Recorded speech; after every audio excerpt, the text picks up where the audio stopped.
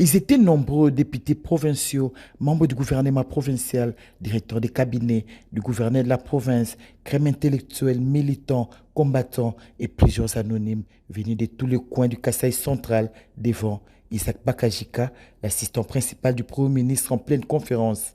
À ces rendez-vous de donner et du recevoir, rien n'a été laissé au hasard par l'émissaire du Premier ministre Jean-Michel Samalukonde Kyenge. Toutes les questions sur les développements ont été scrutées sans tabou, notamment l'amélioration de la desserte en électricité, la construction des écoles et centres de santé, la réhabilitation des routes, surtout des dessertes agricoles pour booster l'économie de la province. L'orateur du jour a ramassé avec brio les chantiers réalisés en cours et en perspective. Des travaux de construction du barrage de Katende à ceux de la route Kalamambouji, lancés par les chefs de l'État, Isaac Bakajika, n'a pas été à court d'idées face à ses interlocuteurs.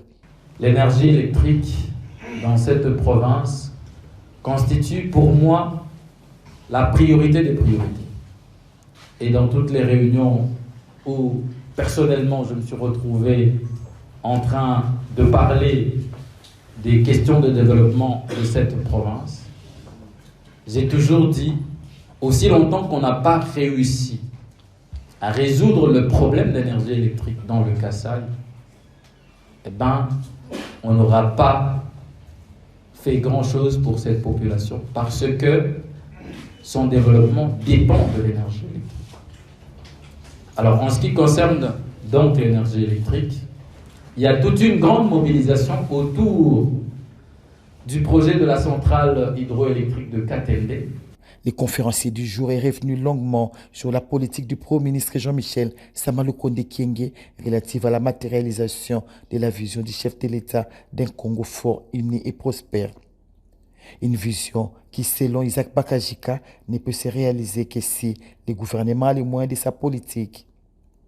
Allusion faite à l'exploit du gouvernement Sama sur les budgets 2023 chiffrés à 14,6 milliards de dollars américains pour améliorer le social de la population. Les jeux de questions-réponses sur l'emploi, surtout des jeunes, les sociales, les infrastructures et autres ont été élucidés à la grande satisfaction de l'assistance.